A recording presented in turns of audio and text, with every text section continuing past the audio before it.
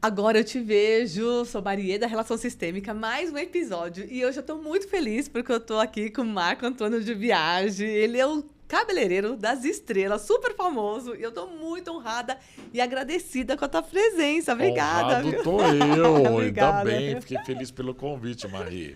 E a gente vai falar um pouquinho como que você aplicou, né? E conheceu as dinâmicas sistêmicas, porque a gente já estava fazendo isso, a gente se conhece há anos, né, no mercado de beleza. Mas esse primeiro contato foi antes da pandemia, então faz uns 6 anos, mais ou menos, atrás, né? Exatamente. E me ajudou muito, né?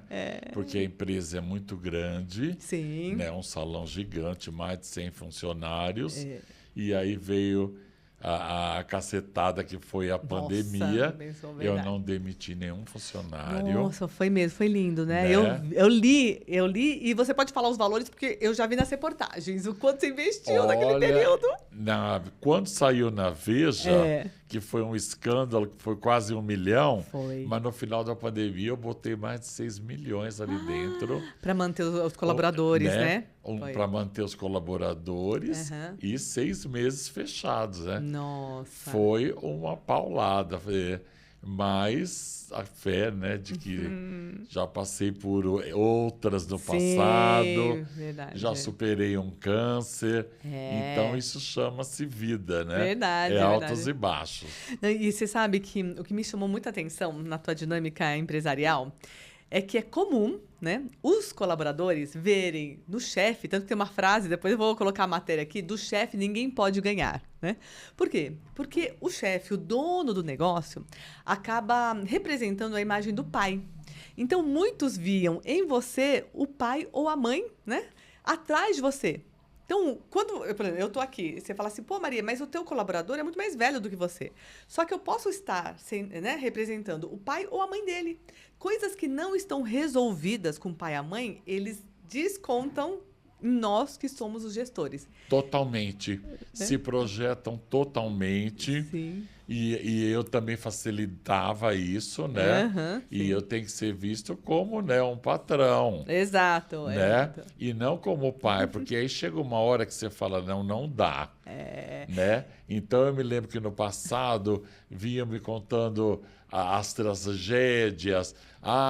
Me ajuda! Empresta dinheiro, dá mais um vale, vamos ajudar a comprar primeiro a casa.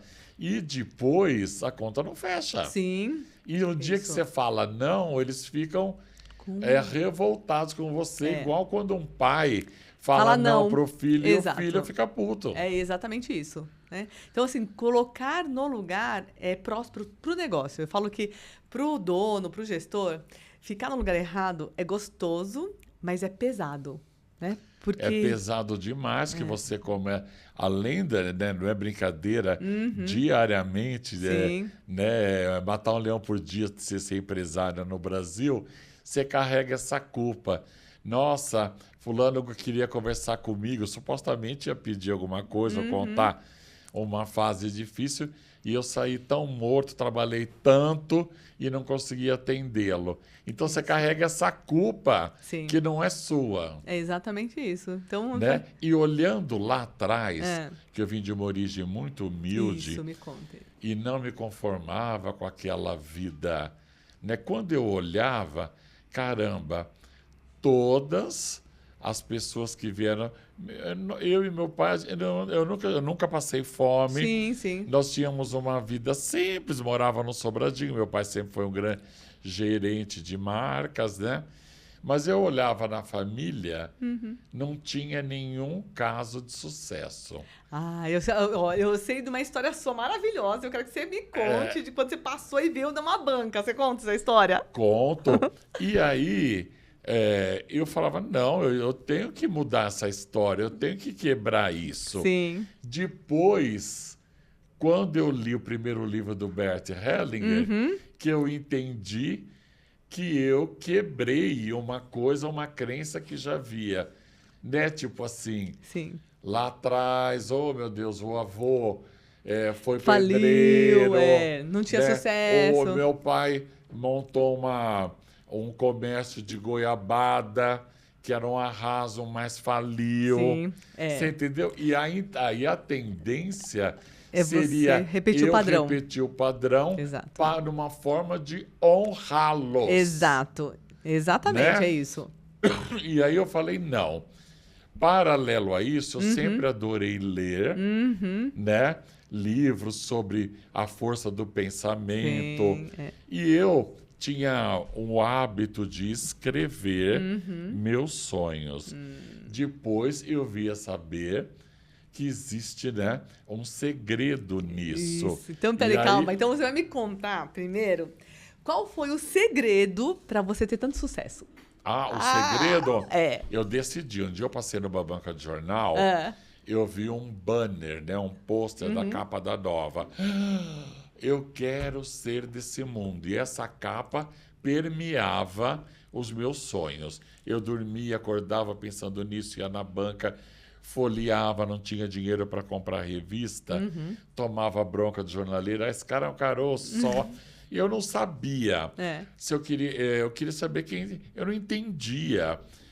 Eu queria. Por que essa curiosidade? Quem fez o cabelo, a maquiagem, o stylist, a foto. Né? Aí eu tinha um trabalho modesto, né, na zona cerealista. Montei 2 bombonières na periferia, esses que você pesa salgados, Sim. né? E comecei a ganhar um pouco de dinheiro, veio o plano Collor. Quebrei, como todo mundo. E agora? Eu vou ser cabeleireiro, porque meus amigos cabeleireiros têm dinheiro. Não. Qual o melhor curso? É o Senac. Me matriculei. E uma história engraçada, Maria, que eu, Marco Antônio de Biagi, fui reprovado no exame oral. Por quê? Passei na hora, que eu sempre fui o inteligente da sala, mas o falador. Sim. Eu tinha facilidade de De decorar. se expressar. Aí o exame oral, o escrito passei. O oral, você tinha que ter harmonia com o grupo. Então ele perguntou, o professor, Joãozinho, por que você quer Ser cabeleireiro? Ser cabeleireiro. É. Eu tenho um sobradinho em Itaquera, quero fazer um salão na garagem. Biagi, por que você quer ser cabeleireiro? Eu quero ser famoso, fazer capa da Nova, eu passar, os fotógrafos gritar meu nome, viver em Nova York, sentar na primeira fila dos desfiles. Então, no fundo, não era falta de humildade. Eu já era um garoto cheio de sonhos. Sim. E aí, né? aí se destoou do grupo e não passou, é isso? Aí tinha que esperar 6 meses. Falei, ele vai lembrar de mim com esse vozeirão. Botei um boné enterrado na cabeça.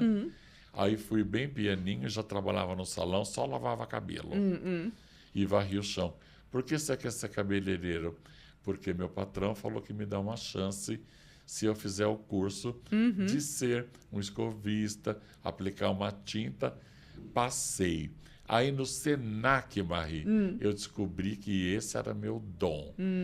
Que eu nasci para cortar cabelo, para embelezar. Sim. Saí de lá, eu vi que o dono não ia me dar chance nenhuma. Entrei numa agência chamada Boys. E aí, quando você tem um sonho, que é um grande erro dessa geração Z de hoje... Eles desistem muito fácil. Sim, não são persistentes. Não são persistentes, eles não têm sangue no olho como a gente. Não, e eles não têm o tempo certo, né? Eles acham que assim, agora eu já, de uma hora para outra, eu vou ficar famoso. Falou tudo. E eu me lembro que nem essa geração nova, eu tinha um sangue no olho, tirar carta, ter meu primeiro carrinho, ajudar a família, né? Aí eu sabia o que eu queria. Sim. Queria ser um cabeleireiro famoso. Entrei na agência, só me dava fotinhos medíocres, né? Ilustração de horóscopo. Não tem problema. Sorte não existe. É preparo, encontro, oportunidade. Sim. Eu não pulei etapas. Eu nunca faltei um dia. Eu trabalhei 2 anos como assistente. Uma hora, a oportunidade vai surgir para mim. Sim. E como um rinoceronte, eu vou agarrá-la de frente. Fazia o que estava ao meu alcance, essas fotinhos simples, pequenas, ilustração de horóscopo, com muito amor e gratidão. Sim. Um dia a produtora falou, você pode fazer o cabelo da minha diretora, da Nova? O cabelo é o mesmo, só muda a roupa para a carta dela. Sim. E, ó, peraí, antes que você falou com muita gratidão, né? Quem é grato, porque o que é agradecer? É fazer a graça descer. Então, quem é grato faz aquilo que eu sou grato vir em abundância. Quem reclama, clama 2 vezes. Então, eu estou clamando 2 vezes aquilo que eu estou reclamando. Então, olha só, você nem imaginava. E tudo que você agradece, você está trazendo a mais da tua vida. Continue. Absolutamente tudo. Continua. E você tem que agradecer hoje o que você tem hoje. Não reclamar de não ter o que você gostaria. É isso. Quando você agradece e essa gratidão expande, é uma forma de você atrair o teu sonho lá na frente, no tempo certo. É isso. E aí, Marie, eu fui lá... E chegou a diretora Chegou lá. A diretora toda com aquela empáfia, como todas as editoras. O filme Diabo Veste Prada é verdadeiro. Mas antes eu tinha clamado a Deus no banheiro, sentei e falei, essa mulher tem que se encantar comigo. Eu orei mesmo. Quando eu estava fazendo o cabelo dela, ela falou, nossa, menina, adorei você. Você tem mão chique e dentes bonitos. Me sentiu um cavalo de raça. Eu tô querendo mudar tudo na capa da Nova. Você pode fazer uma capa segunda-feira? Era tudo que eu sonhei. Mas eu não era bobo, não. Falei, preciso ver minha agenda. Que agenda, Marie? Não tinha agenda nem de papel. Saí no cafezinho lá fora, voltei. Olha que coincidência. Segunda eu posso. Fiz o cabelo, era uma supermodel. Arrasei no cabelo. Só que, Marie, eu cometi um erro que eu te falo agora. Conheceu alguém bacana para namorar? Não conte. Está comprando um apartamento? Não conte. Está abrindo negócio? Não conte. Eu saí contando para São Paulo inteiro. Fiz a capa da Nova, arrasei, ela me achou com a mão chique, os dentes bonitos. No dia da capa, uma tragédia que sai na banca. A modelo, no auge, morre de overdose. Nossa Senhora. E aí eu falei, bom, não dá nem para botar no portfólio. Porque vão falar, nossa, pé frio, numa história triste, né? Sim. Passou 6 meses, nada de me chamar. Mas eu sabia que ia dar certo. Sim. 6 meses depois me chama. 7 meses depois, Marco Antônio tem 2 capão amanhã. É uma gíria do meio da moda, capão. Tem 2 capão amanhã. De manhã a Luma e à tarde a Luísa Brunet. Elas eram famosíssimas. Sim. Aí, Marie, eu já tinha aprendido, boca calada, fiz o cabelo, arrasei, as capas saíram lindas e eu explodi. Olha. Comecei a fazer. Sim. Né? Meu Deus, desculpe, me perdoe. Imagina. Tim. Aí, Marie, você escuta, eu explodi no meio da moda, né? Comecei a fazer capa de Cláudia, de desfile, de manchete, de boa forma, de L, de corpo a corpo. Faltava a Playboy. Nesse meio termo, o universo se manifesta. Eu tinha só através de quem você menos imagina. Uma amiga minha, maquiadora famosa do Jambert, ela falou, para de ser bobo, dinheiro, capa de revista não dá dinheiro, você fala tão bem, você tem dentes bonitos, se expressa bem, vá trabalhar em salão, ficar rico como o Fábio do Jambert. Aquilo entrou na minha cabeça, eu não dormi. No dia seguinte eu fui pedir emprego para o Richardo Beca, que era o salão mais chique. Nossa, que legal. Da Oscar Freire. Que história. Né? E olha como quando você vai dar certo, o universo, as forças contrárias tenta até o último minuto puxar teu tapete. Sim. Peguei o emprego, Richard, você começa amanhã. E eu tinha uma mala de freelance. Naquele tempo era difícil o produto importado, Sim. Babyliss, era só quem ia para Paris te trazia, né? E você tinha já? Tinha. É. E aí fui na família Mantini comemorar que ia começar no Beca com a minha amiga Marichan, japonesa. Saiu de lá, o carro estilhaçado, levaram minha mala com tudo. Nossa. Eu falei, você acha que eu vou desistir? Não vou. Você persistente. Persistente. Comecei, me emprestou um Babyliss, minha amiga me emprestou uma tesoura. Só que eu, naquele tempo não tinha celular, não tinha... Eu já fiz o meu branding. Só não existia essa palavra. Eu não tinha cliente. Sim. Marie, tinha um painel de cortiça na minha bancada. Eu não tinha cliente. Eu tenho que vender meu peixe. Sim. Preguei todas as capas ali e os cabeleireiros, as perigosas do salão, os grandes faturamentos passavam e ria. Richard, né? O Beca virou banca de revista e eu calado. Porque sabe aquilo da Bíblia? Os exaltados serão humilhados e os humilhados serão exaltados. E eu precisava trabalhar. Não tinha uma cliente. Ia de loja em loja, via gerente bonita, vendedora com cabelo bonito. Olha, eu sou Biagi da capa da Nova. Eu tô aqui no Beca agora, queria te convidar. Cortesia, minha convidada. No dia seguinte a mulher ia. Sim. Eu cortava com amor, né, concentração e gratidão, e ela começava a me mandar as outras poderosas. Crianças. Olha que coisa, não. E 1 ano e meio depois eu já era o maior salário do salão. E faltava a Playboy. Mas calma que eu vou dar uma questão que é a lei sistêmica do porquê que isso funciona. Então, o que acontece? Nós temos o equilíbrio, né? O que você fez sem saber? É a terceira lei sistêmica do equilíbrio. Eu dou algo e eu quero retribuir. Porque, por exemplo, você gosta de dever dinheiro? Não, né? Não. Você já emprestou dinheiro para alguém? Já. Quando você empresta dinheiro para alguém, quem está te devendo vai embora. Por quê? Porque é pesado ficar devendo. Não sei se aconteceu isso com você, mas normalmente quando você empresta dinheiro para alguém... Já pode esquecer. Porque a pessoa, ela sai da tua relação porque fica pesada. Até num relacionamento amoroso, né? Quando você oferece demais para essa pessoa, ele não gosta de dever e aí sai do relacionamento, tá? Por então, isso que homem não aceita mulher bem-sucedida? É difícil se para ela eles. não deixar ele compensar. Entendeu? Então, por exemplo, eu tô lá, né? A mulher bem-sucedida, ganha mais que ele, faz um monte de coisa para ele. Se ela tem essa consciência que tem que deixar ele compensar, ele vai encontrar. De repente, ele é ótimo na cozinha, né? De repente, ele é ótimo em outra coisa, compensa, não financeiramente, tá? Entendi. Mas compensa no que eles entendem que é o equilíbrio. E aí, o que você fez isso?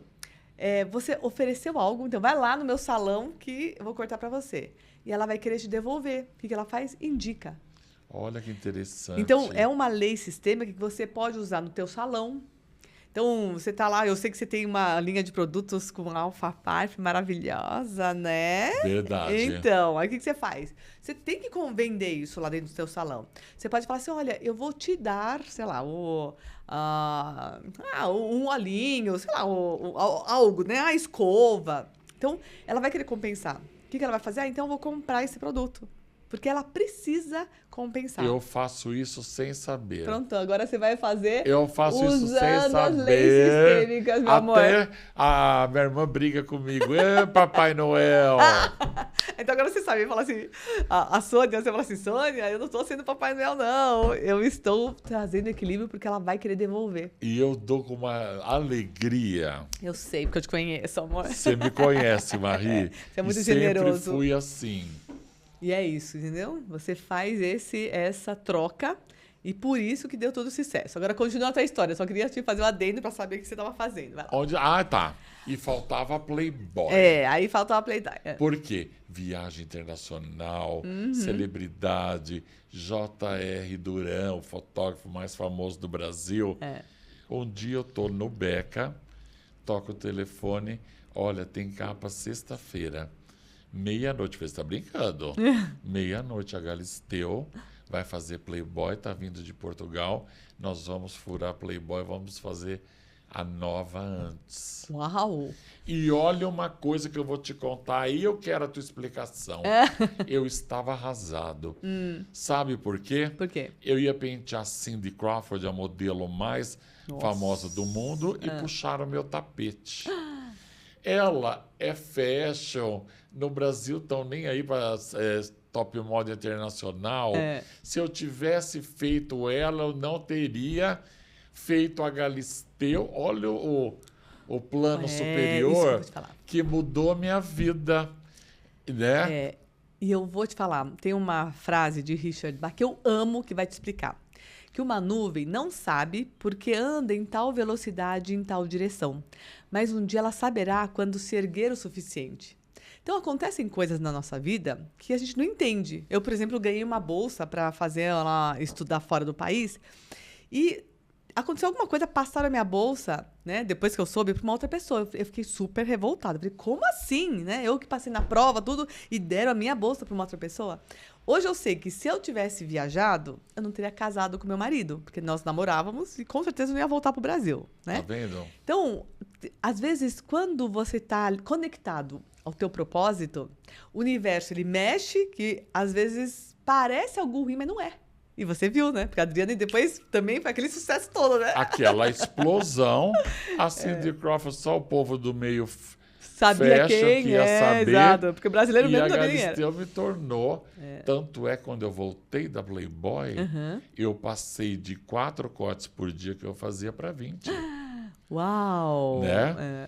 E aí, eu trabalhei, aí fui, salão, atendendo cliente, comecei a ganhar dinheiro, muito dinheiro, e realizar o sonho. Então, eu vou te falar outra coisa do dinheiro, tá? Por quê? Porque você falou assim, eu saí de 4 para 20, né? O dinheiro, ele nada mais é do que a energia materializada. O que é o dinheiro? O dinheiro, ele te endossa. É como se o universo falasse assim, Biagi, você está no teu caminho certo. Então, ganhar dinheiro é você saber que você está na tua missão. Tá no teu... Quanto mais você ganha, é como se o universo falasse assim, olha, eu estou te endossando, eu estou te patrocinando para você saber que você está no caminho certo. Então, ganhar dinheiro é isso. É você entender que o universo quer te mostrar que você está pelo caminho certo. É isso mesmo. Né? Olha só quanta troca aqui, né? nesse podcast, né? Aí eu tinha aquela vida, trabalhava muito e 9 horas da noite eu estava na academia, sabe? Se estourasse um lavatório não é problema meu, e eu já trabalhei que nem maluco, isso é problema do dono. Sim. Então tinha uma vida ok. Aí chegaram 2 clientes, vamos montar o salão, porque até o momento você está bombando, você tem que ter teu salão. Quando eu abri, né, no ano de 2000, o MGR, até hoje é um escândalo o salão, é maravilhoso, né? Esse salão. Aquela arquitetura. Sim. Você imagina, então, há 20 anos atrás, né? E 25 tem um nome, era do lado. Esse atual tem 20 anos. Sim. E meu maior orgulho dentro da minha profissão é saber que todo salão de São Paulo e até de fora tem cabeleireiros que passaram por ali. E antes, quando eles saíam, eu achava ingratidão. Pô, eu que fiz o cara.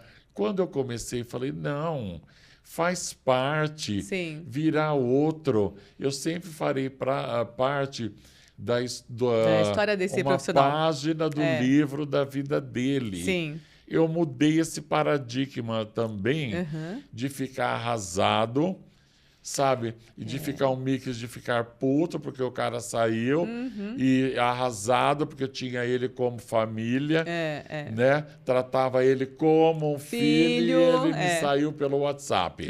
Sim. E aí o que você explica?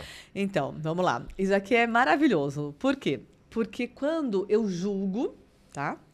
Eu acabo trazendo um problema que não é meu. E é natural, eu vou falar do outro lado, tá? Porque você é o dono, né? Como que essa pessoa vai ser próspera? Eu vou te garantir que quem saiu e não no coração é grato a você, não prosperou. Por quê? Eu conheço várias histórias de quem passou pelo teu salão, cresceu, saiu de lá e não prosperou. É isso, Marie. Por quê? Por quê? Porque ele não foi grato ao que você fez. Pessoas que saem do teu salão, mas no fundo, porque eu conheço também vários que falam assim, nossa, com muito orgulho. Eu passei pelo salão do Marco, Biagi foi meu chefe. Esses que falam com muito amor de você, eles prosperam, porque eles tomam a força, né? Enquanto chefe, tá? Enquanto grande, você pode sim doar a sua força. É como se você fosse um mestre. Né? Eu posso tomar de pai e de professores. Se você se puser no lugar de mestre de um professor, que você eles podem tomar essa sua força. E quanto mais você dá, mais você recebe. Tá? Então, eu sou professora universitária, né?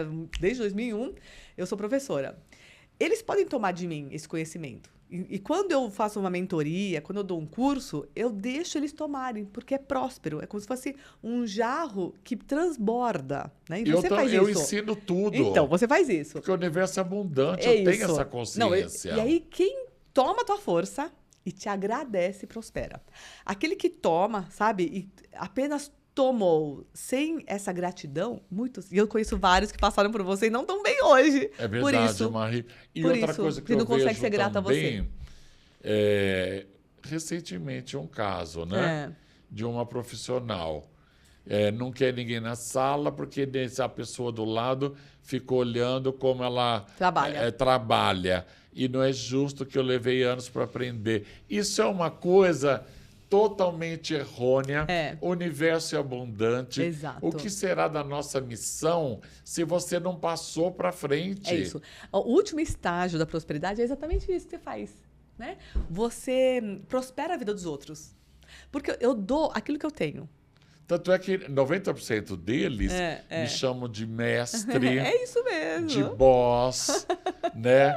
Me ligam. É isso. Né? Mas é isso, eu vejo nitidamente o que você falou agora. Pessoas sem gratidão, eles levam até a cliente, mas por que não segura? Volta tudo. Né?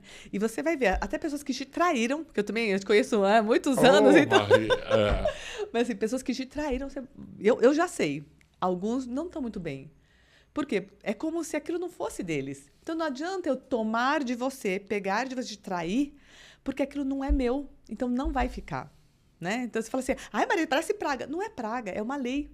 Né? Quando eu tenho um mestre, eu sou grata, eu consigo sim tomar e seguir. Agora, se houve traição, você pode não julgar, porque quando eu julgo, eu acabo me conectando com essa história. Né? O que é o julgar? Por exemplo, uma pessoa te traiu. Né? Aconteceu na minha vida isso. Né? Uma pessoa me traiu e eu fiquei com muito raiva, tudo. E aí depois eu falei, poxa, eu conheço as leis sistêmicas. Pode ser que na família dele, né, ou dela, isso daqui era comum. Por que eu estou julgando? E aí quando você fala assim, e eu agradeço tudo que aconteceu e eu tomo esse conhecimento, porque talvez se demorasse mais tempo, o tombo ia ser muito maior. Então, que bom que foi no começo. E aí, com essa gratidão, aí as coisas fluem, a tua vida flui, o teu negócio flui. Né? Por quê? Porque eu entendi que tudo bem sem julgamento, o que aconteceu foi uma lição, e se não acontecesse agora, se prolongasse, poderia ser muito pior. Então, é isso. É isso. Né? Marie, uma coisa que eu vejo, né?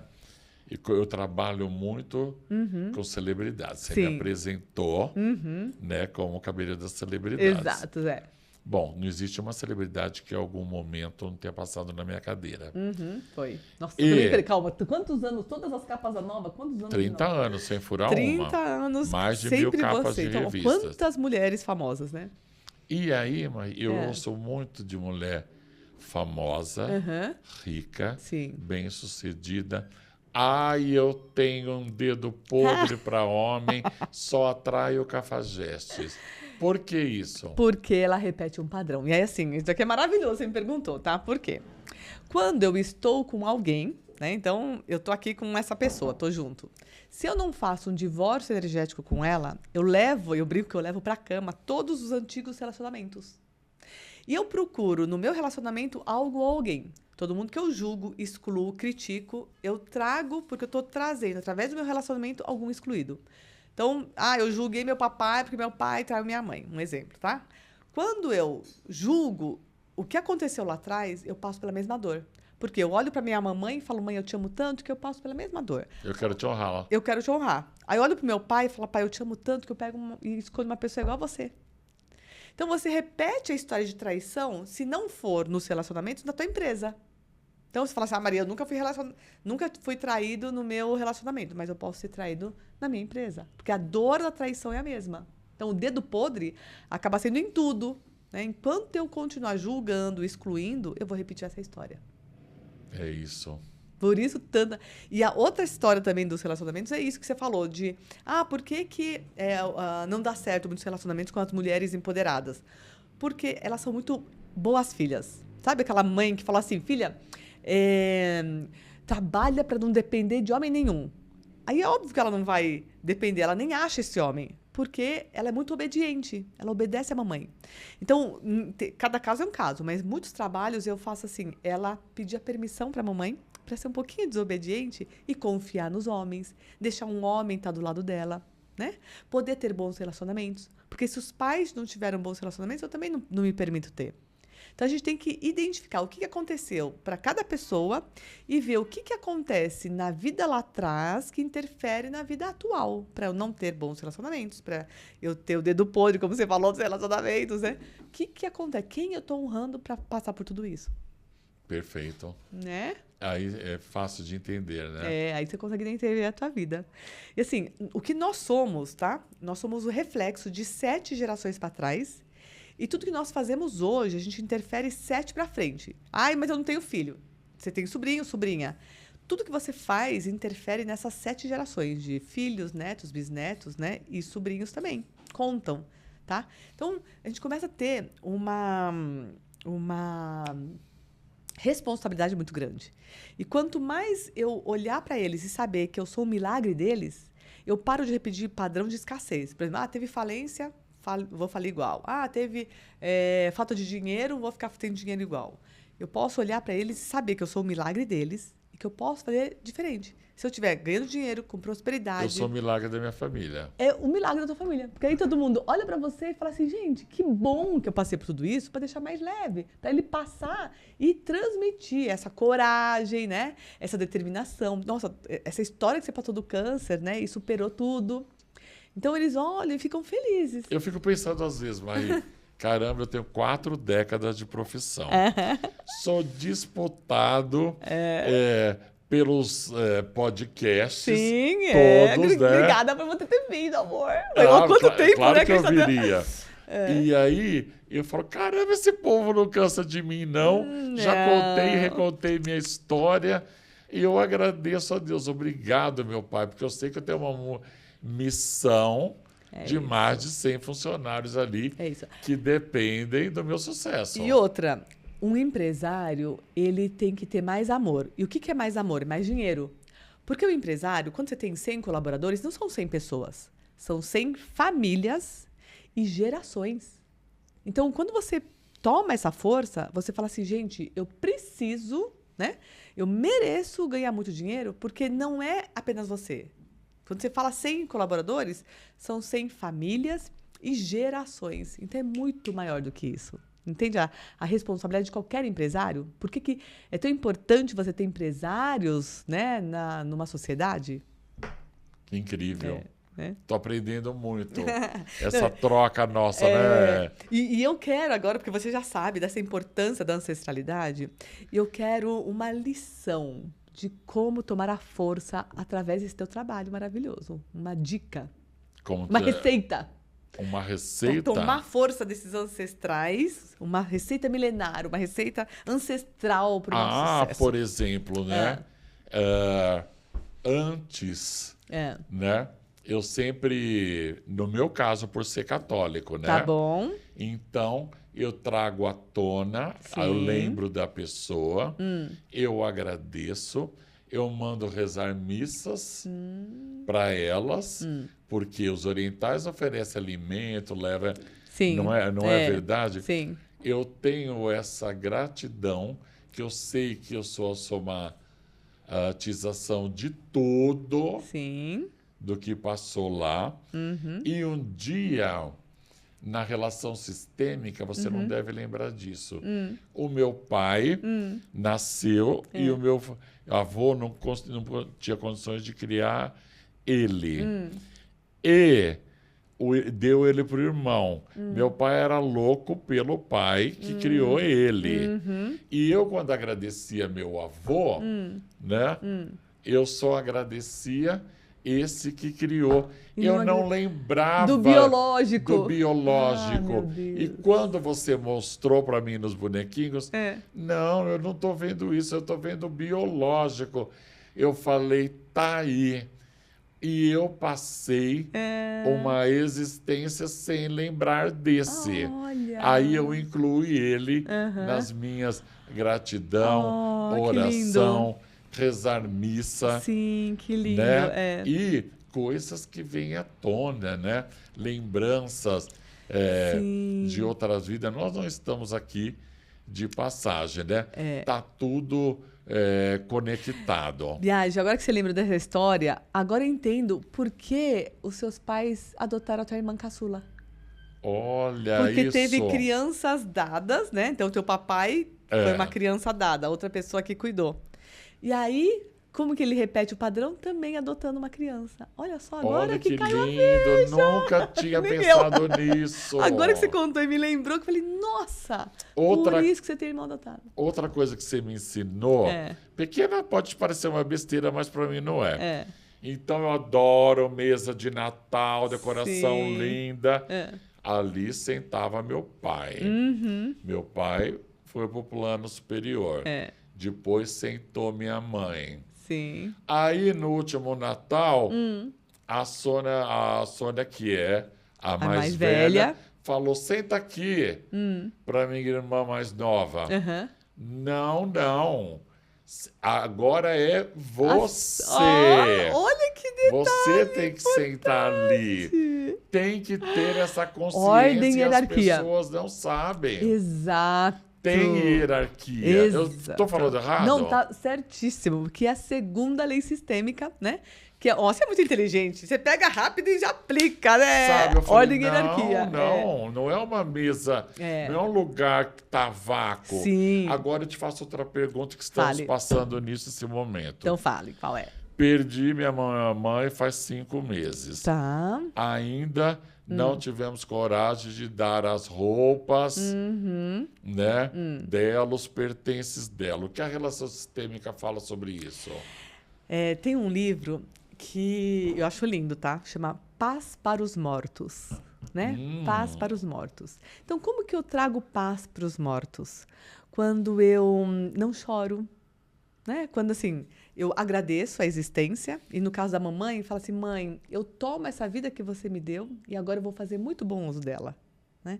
E aí eu não sofro tanto, porque enquanto eu sofrer, enquanto eu estiver apegado às coisas da mamãe, eu não trago paz para os mortos, né?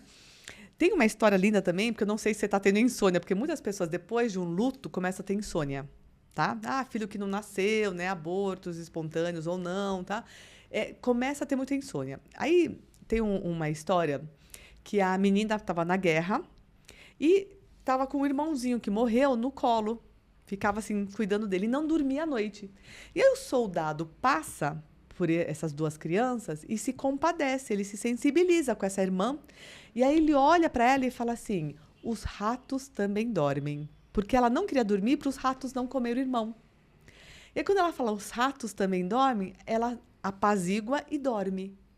Então, a gente não precisa velar, né? Você tem o tempo certo do velar, de se despedir, para que a mamãe possa descansar.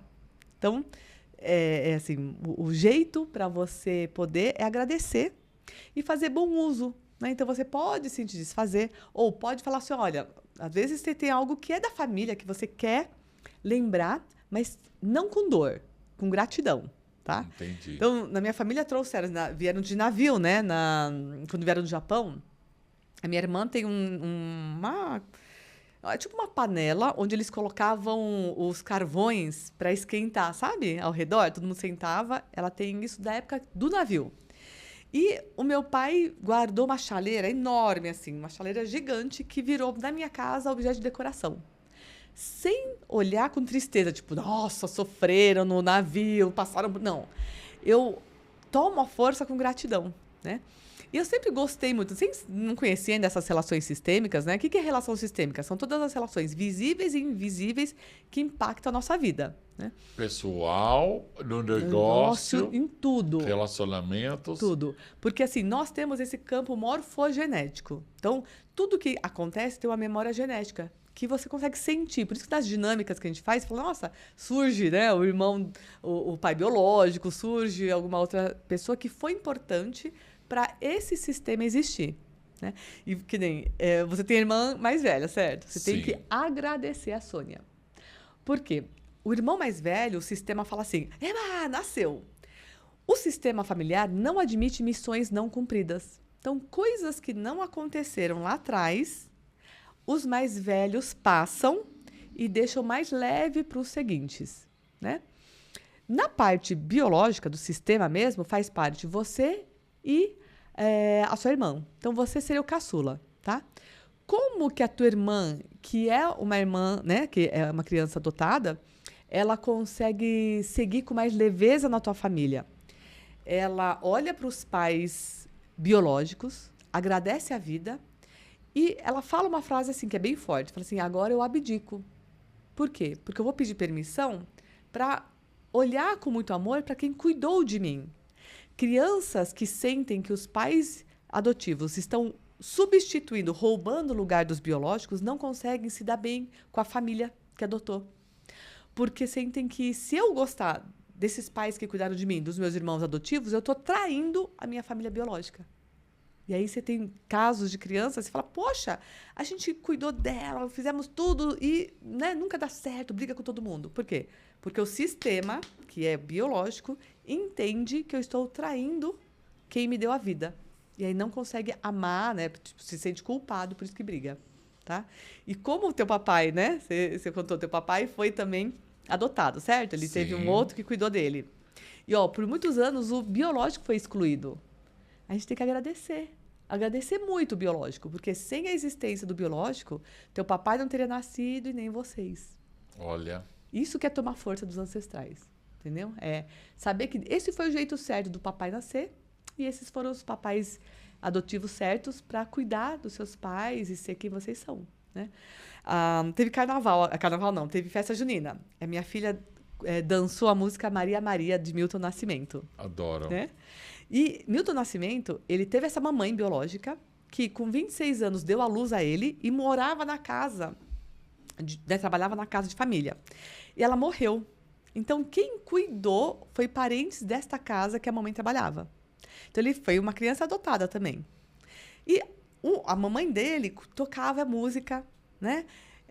Foi quem acabou introduzindo a música para essa criança. Então, a gente agradece a mãe biológica do Milton Nascimento, permite que ele tome a força da mamãe, mas olha só a grandeza dele ter, né, de ter tido esse destino difícil. Porque senão não teríamos o Milton de hoje que criou essa música, porque essa música, Maria Maria, ele fez em homenagem à mamãe dele, que faleceu. Olha, a música Maria Maria, o Milton Nascimento, ele fez em homenagem à mãe biológica. Que lindo. Depois você vai agora escutar essa música com outros ouvidos, não é? Olha, com outra compreensão. Outro, tem o nosso maestro... Ai, gente, daqui a pouco eu vou lembrar o nome dele. Que ele teve problema nas mãos, lembra? Sim, agora até ele voltou a tocar. Isso, exatamente. Ele é o maestro... acho que... Ai, meu Deus, daqui a pouco eu lembro. No Carnegie Hall, onde ele começou... Essa semana até. Esse maestro, ele teve o papai também com problema na mão. Olha só que coisa. Então, quando a gente fala de repetição de padrões, ele não é idêntico. Não, porque vou falir igual, atrair, vou atrair. Não é isso. Ele pode ser um pouquinho diferente. Né? Então, papai teve problema na mão. O que aconteceu com ele? Também teve problema na mão. Olha, né? É a forma. E o papai gostava de música.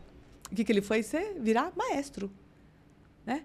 Então, eu repito uma história que pode ser boa também. Nesse caso, foi boa. Da mão não foi tão boa assim, né? Claro. Mas eu repito a história para honrar quem veio antes. Né? E na minha história, quando você falou do teu papai agora, que eu não tinha esquecido, o meu na minha história, o meu bisavô, é comum o japonês querer um filho para manter o sobrenome. Então, tem 5 mulheres, fizeram uma promessa, nasce meu avô, e depois nasce o 7º filho, que é um homem. Esse menino ficou no Japão. Ele só soube que não viria com a família para o Japão na estação de trem. E olha aqui como reverbera, como, né, passa para as outras gerações. Eu sempre achei que não queria ter nascido. Aí eu falava assim, me culpava, que eu falava, gente, eu tenho uma vida ótima, como que eu tenho esse sentimento? Depois de muito me conhecer, eu descobri que esse sentimento era de quem não queria ter vindo para o Brasil. Olha só, deixaram lá, não queria ter vindo para o Brasil. Eu acho que não queria ter nascido, e não era. Não ter, né? É o mesmo sentimento de não querer ter vindo, nascido, feito algo, né, dessa mudança. Entendo perfeitamente. E esse meu avô teve irmão dado, né? Ele foi dado para manter o sobrenome de uma outra família no Japão. Então, ele ficou no Japão com 5 anos de idade. O que meu vovô faz? Ele acaba também tendo um relacionamento fora, né, do casamento, e esse filho do meu avô também foi dado para uma outra família cuidar. Então, olha só, repetiu a história de um jeito um pouco diferente, né? Lá foi criança dada para manter sobrenome, da nossa família acabou tendo um filho e ele foi dado. E aí depois você tem outras gerações que acabam adotando. Olha. Então, o que acontece? A dor de crianças dadas aconteceu em 3 gerações diferentes. Na mesma árvore, né? Então, você honra uma história repetindo um pouquinho só a mesma situação, a mesma dor. De crianças dadas, né? Crianças que são adotadas. E é isso, né? Então, isso faz total sentido. Olha, eu quero, nesse podcast, indicar 4 livros que foram de impacto muito grande na minha vida. Então, fale. Bom, primeiro, as 7 Leis Espirituais de Sucesso, do Deepak Chopra. Eu adoro, sim. É O Poder do Agora, do Eckhart Tolle, que eu adoro. Leiam mesmo, que são realmente lindos e muito bons. Alegria e Triunfo do... Nossa, eu também já li. Adoro. Também, um vermelhinho, né? Ai, Vermelhinho. Gente, a gente leu todos os mesmos livros, viagem. Esse é fundamental. É, ótimo mesmo, é verdade. Deixa eu pensar algum. Para quem fala business em si, que no momento o mais importante é business. Sim. A Lei do Triunfo, do Napoleão Hill. Adoro também. Esse livro eu acho... Nossa, em todos os Napoleão Hill, as pessoas precisam ler, né? Porque, assim, ajudam demais. Né? Porque ele viu o padrão, ele ouviu 20 mil pessoas bem-sucedidas. E aí ele passa nesse livro que todos eles meio que repetiam um padrão de sucesso, né? É isso. E ele transforma, né, nesse conhecimento em leis. Né? Ele traz leis que você consegue ler e aplicar. Então, realmente vale muito a pena. Agora eu quero te fazer uma pergunta. Fale, Posso? amor. Claro. A gente está vivendo num momento que então, tem lá guerra Israel, Gásia, guerra da Rússia. Parece que o mundo está muito ruim. Sim. Né?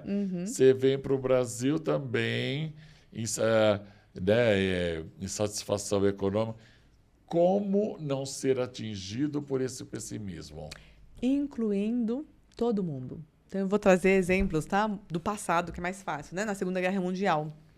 O que eu vejo, tá? Eu vou trazer negócios, empresas e situações de pessoas que estão passando por uma situação que aconteceu guerra lá atrás e interfere na profissão hoje, tá? Uma ela é japonesa e ela já morou expatriada em vários países. E ela me veio com um tema assim, Marie, eu tô indo agora para os Estados Unidos, mas eu tô assim com uma angústia, não sei o que eu faço, parece que eu não quero ir, eu tô me sentindo muito mal.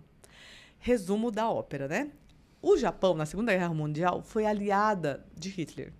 E acabou sendo aliado dos alemães, certo? Sim. Quando ela, japonesa, descendente de japonês, vão para os Estados Unidos, o que aconteceu? Não teve na Segunda Guerra, que teve a bomba, teve Pearl Harbor, né? Teve o Vietnã. Tudo.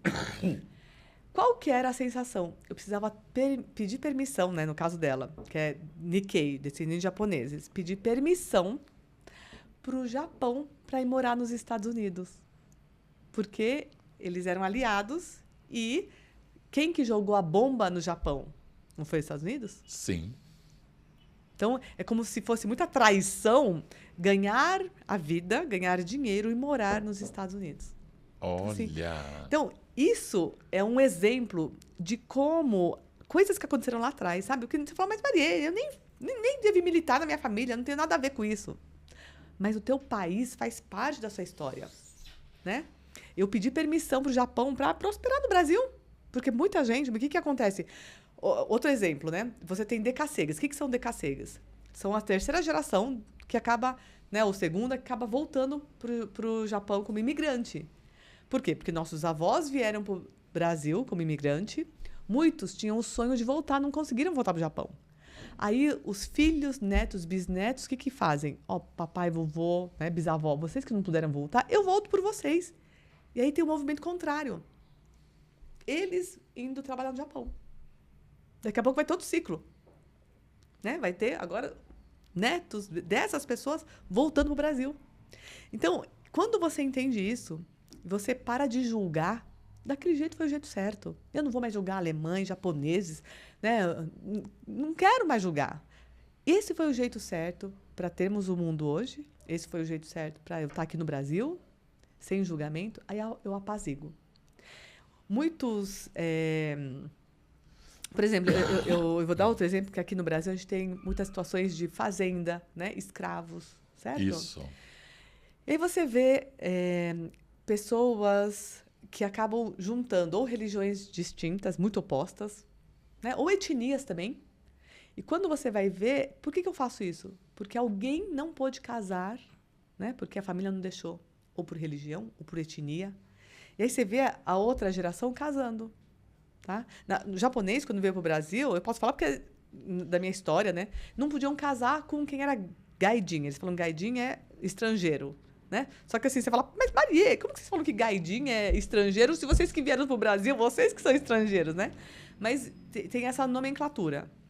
Muitos japoneses não puderam casar com outros brasileiros, mesmo amando, porque não era japonês, não era descendente. Tem várias etnias que fazem isso, né? Nossa! E aí, o que acontece nas outras gerações? Eles acabam casando. Você vai perceber muito nítido, quem é descendente sabe. Muitos primeiros filhos, tá, da família casando com brasileiros. Lembra que eu falei do primeiro, que você tem que agradecer porque fica mais leve? Claro. Né? O primeiro ele... o sistema familiar não admite missões não cumpridas. O primeiro resolve as coisas. Por isso que eles passam por, talvez, situações mais de padrão, porque o sistema está querendo ser resolvido logo com o primeiro que nasceu, porque corre o risco de não vir o segundo ou o terceiro. Claro. Né? Então, muitos primeiros, pode reparar, na família japonesa, casam com brasileiros. Por quê? Porque provavelmente teve lá tios, avós, que não puderam casar com quem amavam porque era brasileiro. Que incrível. Tá bom? Então, tudo tem explicação. Tudo tem. Então, respondendo, né? Essa situação, como que eu faço para apaziguar meu coração? Eu incluo todos os excluídos, e eu não julgo, né? Porque nações querem olhar para quem morreu, porque quando você mata ou morre, você fica conectado. Então, quando você tem lá situações, né, de guerra, quem mata e morre, países de quem mata e morre se conectam. Ah, e você está falando isso? Outro livro que impactou minha vida, Os 4 Compromissos de Dom Miguel Ruiz. Esse eu não conheço, não li. E aí, a Oprah, quando ganhou esse livro da Ellen DeGeneres, ela fez 3 programas em cima desse livro, dessa finurinha. E os 4 compromissos, um deles é o não julgar. Olha, tá vendo? No judgment. É isso. Ah, que lindo. Depois eu vou colocar todos os livros aqui para o pessoal ver. Qual que é esse último? Repete para mim. Os 4 compromissos de Dom Miguel Ruiz. Tá bom. Eu já li muitas vezes. Vamos ver se eu me lembro. No judgment, né? Sim. Não leve nada para o lado pessoal. Dê sempre o melhor de si. Você vai lavar esse copo, então tem que ser o melhor lavagem da tua vida. Sim. Isso eu sou assim nos meus cortes de cabelo, tá? É, lindo, eu sei. Eu falo, o próximo pode ficar melhor, mas hoje eu Esse dei é o meu melhor. É isso. Dê sempre o melhor de si. Não leve nada para o lado pessoal. Sabe, eles estão andando no shopping. Nossa, fulana mal me cumprimentou. Será que saiu alguma fofoca? Não aconteceu nada. Ela está vivendo o filme da vida dela. Não leve nada para o lado pessoal. Dê sempre o melhor de si. E eu posso dar um exemplo de quando você lembra. Se fizeram uma pesquisa, tá? E colocaram na universidade, né? Chamaram um grupo para fazer pesquisa. E aí fizeram uma maquiagem como se fosse uma cicatriz gigante. Todos achavam que estavam com essa cicatriz, tá? Aí ele falava assim, calma que eu só vou fazer um retoque. Na hora que ia fazer o retoque, tirava a cicatriz do rosto dessa pessoa, né? Essa maquiagem. E falava assim, agora você vai andar no campus, depois você volta. Quando eles voltavam, praticamente 100% falava assim, não, me olhavam assim como se eu tivesse essa cicatriz, me julgando, me maltrataram e tal. E ninguém tava com a cicatriz no rosto. Que loucura. É exatamente isso que você falou. Então, eu tenho essa cicatriz, eu sinto que eu tenho, acho que estão me olhando, não tenho nada, ninguém tá nem te julgando, nem tá olhando. E não, me maltrataram, falavam assim. Então, essa pesquisa mostra que é muito mais sobre nós do que sobre os outros. Ninguém estava te vendo porque você não estava com cicatriz nenhuma no rosto. Olha que coisa interessante. Que loucura. É isso, exatamente, né? Isso. E eu falo assim, sabe, Biagi? E as pessoas deixam de fazer muita coisa. Com medo do julgamento, sabe? Com medo do julgamento, que vão falar de mim. Ou fica, eu sonho ter um podcast, eu sonho escrever um livro, eu sonho pintar um quadro, ser um pintor. Mas não dá o primeiro passo e fica nesse eu sonho e está projetando e nunca chega esse futuro. E assim, o mais sensacional vai e faz. É brilhar. Às vezes, quando você começa a brilhar, o que acontece? Você, quando brilha muito, ofusca o outro. Então, muitos vão tentar apagar o teu brilho. Sabe? Muitos vão tentar colocar você embaixo da mesa, dentro do armário. Mas o brilho, ele passa pelas frestas. Então, não adianta querer esconder teu brilho, que vai surgir, né? Ele vai... Então, o que muitas vezes acontece é assim, você, quando brilha, mostra para o outro o espelho. E você tem que tomar cuidado, né? Porque o outro é nosso espelho também. Tudo aquilo que eu brigo muito, que eu não quero, né? Ou é porque a pessoa quer ser como você, ou ela quer ser como você, ou ver em você o que ela é. Por isso que é o espelho. Olha. Então, a pessoa que te incomoda, sabe? Você tem que pensar, ela está sendo espelho, né? O que ela quer? Ela quer ser igual a mim? Ou ela fala mal de mim, tal, porque quer ser igual? Né? Eu ofusco ela, ou ela quer ser igual a mim? Aí você fica calma, você fala, tudo bem, porque é mais dele do que meu. Né? O quem te incomoda é mais dele do que meu.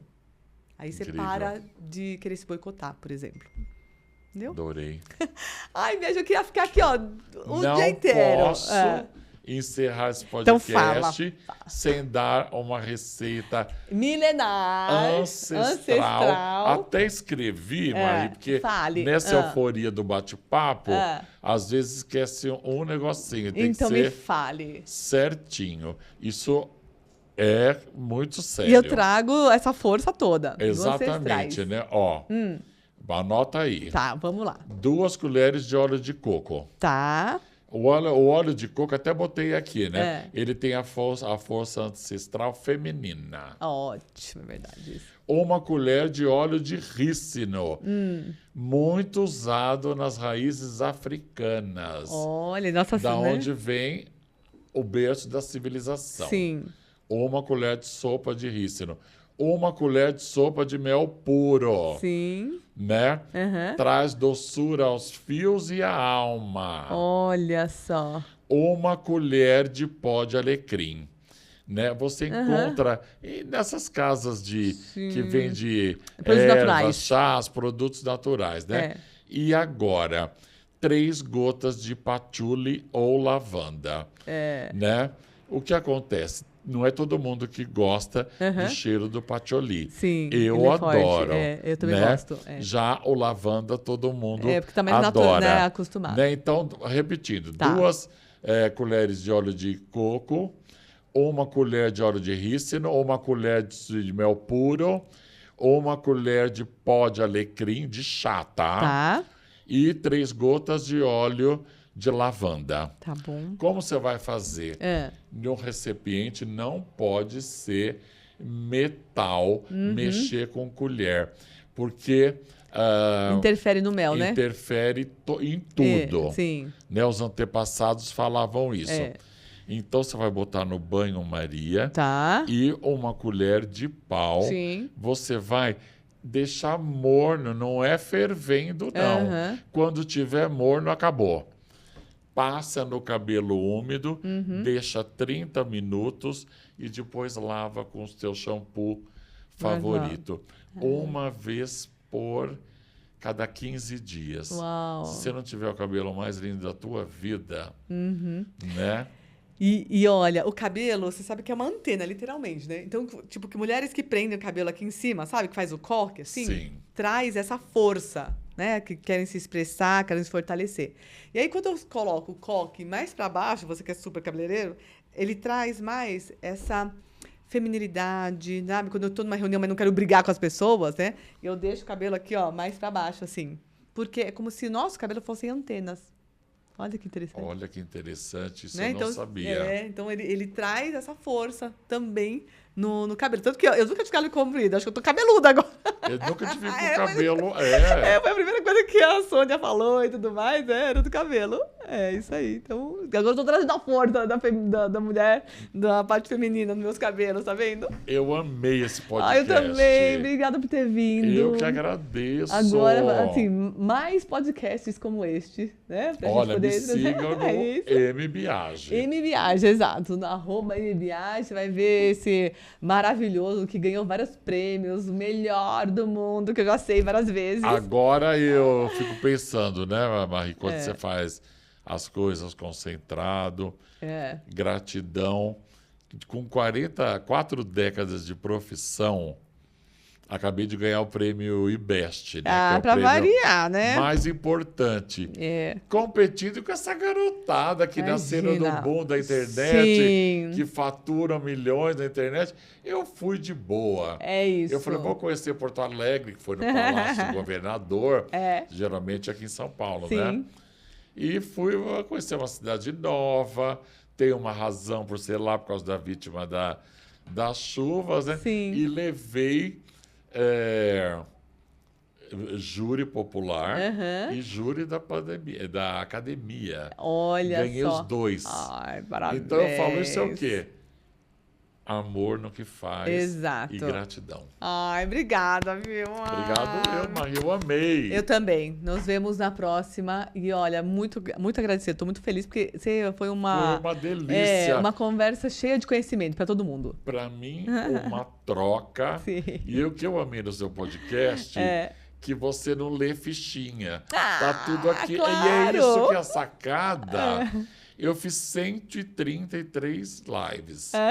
Só com gente bacanérrima. Tipo comigo, na pandemia. Eu fiz com você, meu amor. Você foi uma delas.